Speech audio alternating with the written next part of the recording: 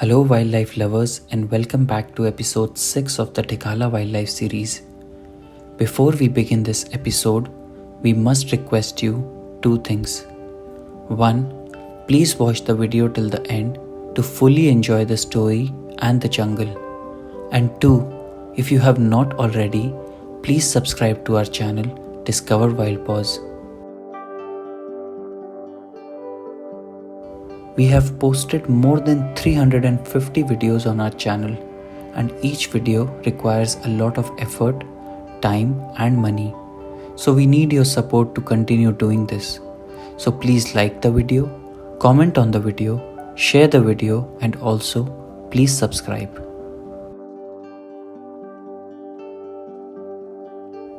Okay, so beginning our episode number 6. As soon as our afternoon safari started, we directly came close to the Ramganga bridge.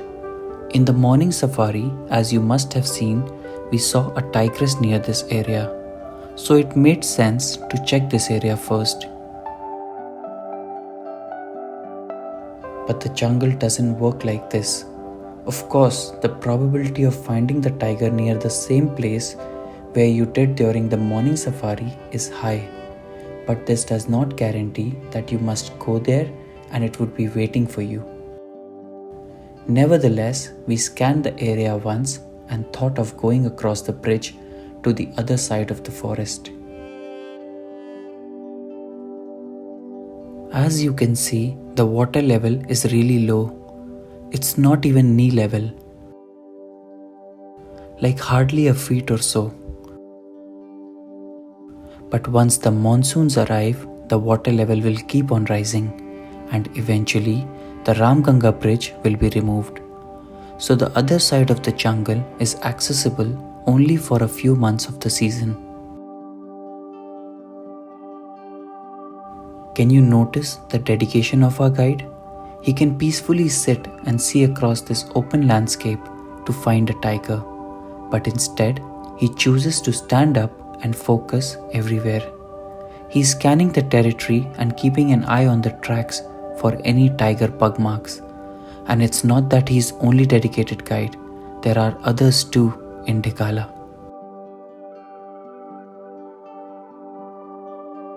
We reached the Paar area one more time. There was no sign of a tiger. Maybe our judgment was wrong. Maybe the tigress didn't come this side of the forest. But there is no certainty. Because the jungle is dense, if the tiger is sleeping in the bushes and no animal can see it, there is absolutely no way you can find the tiger. Only when the tiger moves is when the jungle starts giving out alarm calls, or you can find the pug marks to find one. That is why early morning and late evening is a crucial time for tiger trackers, because throughout the day the tiger sleeps and usually only walks during the early morning hours or late evening hours. In the next 15 minutes, a lot of jeeps gathered near the area. Because all of them knew that the tigress came this side in the morning, they all felt this is where their best chance lies.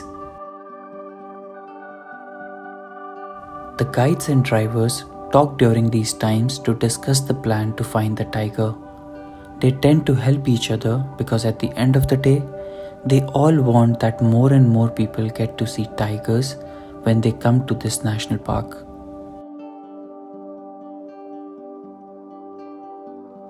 It felt like a village panchayat wherein all the members of the committee and villagers come together to discuss the issues. It is so interesting to listen to their conversation for two reasons. One, their conversation speaks of their judgment, knowledge, and expertise of the jungle. And two, their conversation is not coated with filters to make it better. They speak in the local language and absolutely raw, which makes it even more interesting because candid conversations are always better than written scripts. A lot of people ask us if they should tip the guide and the driver, and we would say it's a personal choice. Sometimes the guide and driver are just not interested, while sometimes, because the tourists are not jungle lovers, the guides lose interest. So the best way is to set the expectation right at the start as to what you are looking for from the safari. Some people want to enjoy the jungle, while some are only keen on finding the big cats. And yes, if you set the expectation right and the guide and driver put in the hard work, you should tip them. It really boosts their confidence and helps them, as this is the only source of income. Anyway, so the jungle panchayat ended and we moved further to the other side of the jungle. And now we will tell you some of the thrilling stories of what was happening around Dhikala campus when we visited. Now, as mentioned before, in the evening it is not uncommon to see spotted deer inside the campus. Like you saw in episode 3 of this series, how when we woke up in the morning, a deer was standing right outside our room. Of course, the tiger has no interest in coming inside the campus, but that doesn't mean you should roam around alone in campus at night. And there are many reasons to this. 1. The mature tigers would avoid coming inside the campus to avoid interaction with humans, but the sub-adults are curious, and if they are trying to ambush a deer, they may follow them inside. An example of this is the current litter of grassland wali. The two of the sub-adult brothers of this tigress are living extremely close to the campus these days. In fact, a week before we came, many of the tourists saw them hunt down a deer near campus. Also, a few of the guests heard tiger roars at night in their rooms. Because there is no hustle bustle inside the jungle at night, with complete silence, you can actually hear the jungle speak. There were non-stop alarm calls followed by tiger roars. Our intention to share this with you is that when you go to places like these, understand the risks involved. Nothing, absolutely nothing will happen to you if you follow the rules of the jungle. Like, don't get out of your jeep, have dinner on time and go back to your room, avoid walking late at night, etc. etc. There is a thin line between bravery and stupidity. Of course, no tourists have been harmed as of date today, and we hope this continues. But you don't want to be the first one, right?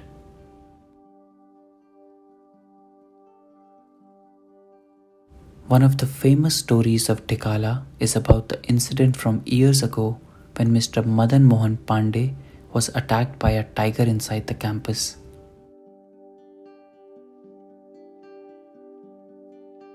The jungle is raw and the animals here are opportunistic hunters. As they say, you can't walk into the lion's den expecting that the lion won't eat you just because you didn't eat the lion.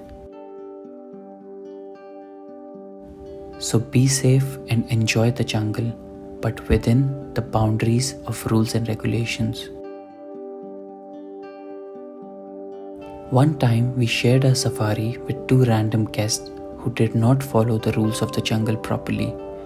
They had their mobile phones on loud mode and also tried taking selfies with the tiger. The result, tiger mock charged on us. We released a complete video on our experience from that day. If you have not watched that video yet, the link is in the top right corner and in the video description below. Watch it and let us know what you feel about the incidents. and if you have ever shared your safari with the people who do not follow the rules of the jungle. Okay, moving forward with the safari, nothing extraordinary happened that day. And when nothing extraordinary happens in a safari, you just keep moving from one spot to the other.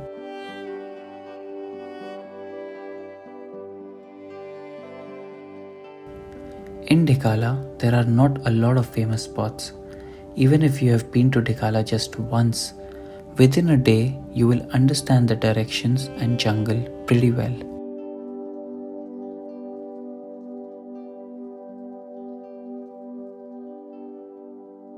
We came back to the main road again, but with no news, and after discussing with other jeeps, we decided to back out and move further. In a total of 4 safaris, we explored the jungle for around 16 hours, and out of those 16 hours, mostly more than 14 or even 15 are just exploring the jungle looking for the tiger. So it is very important to choose your jeep mates carefully. Here in Jim Corbett, the jeep is yours with nobody to share with. But in other parks, when you only book a few seats, your experience also depends a lot on who will be the other guests with you. If they are not silent or don't know how to behave in the jungle or are impatient, then you can have a bad experience.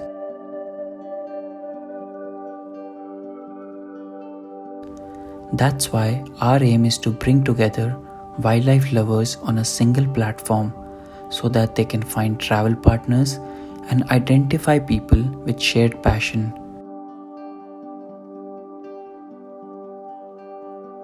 And it is so nice to know that some wildlife lovers have already found companions for a lifetime through our platform. 3 out of 4 hours of the safari were over and it was getting dark. There were few alarm calls here and there, but no sighting at all. For us as well, we kept waiting here and there and tried to capture moments for you.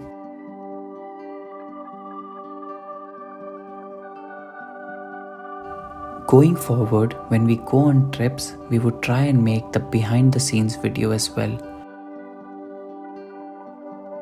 so that we can show you what we do behind the camera on our jungle trips and the effort that is put in creating these wildlife vlogs. So canters started leaving for Ramnagar, jeeps started coming from other ends of the jungle, the guides started calling each other, but no luck for anyone. After a while though, maybe it was a rumor or reality, someone spread the news that the tigress is hidden in the grass. So all the jeeps gathered near this tower to look for one, but we think it was probably that someone was mocking around because there was no tiger at all. Not even a single jeep saw the tiger that safari, and our final evening safari was over. Now we are left with just one safari, the final morning tomorrow. After that, we go back to Ramnagar and our hometowns. So pack up for the day, and with a heart full of hope and a body full of tiredness, we came back to campus. One last time. But don't be disheartened just yet. The last safari was a bang for us.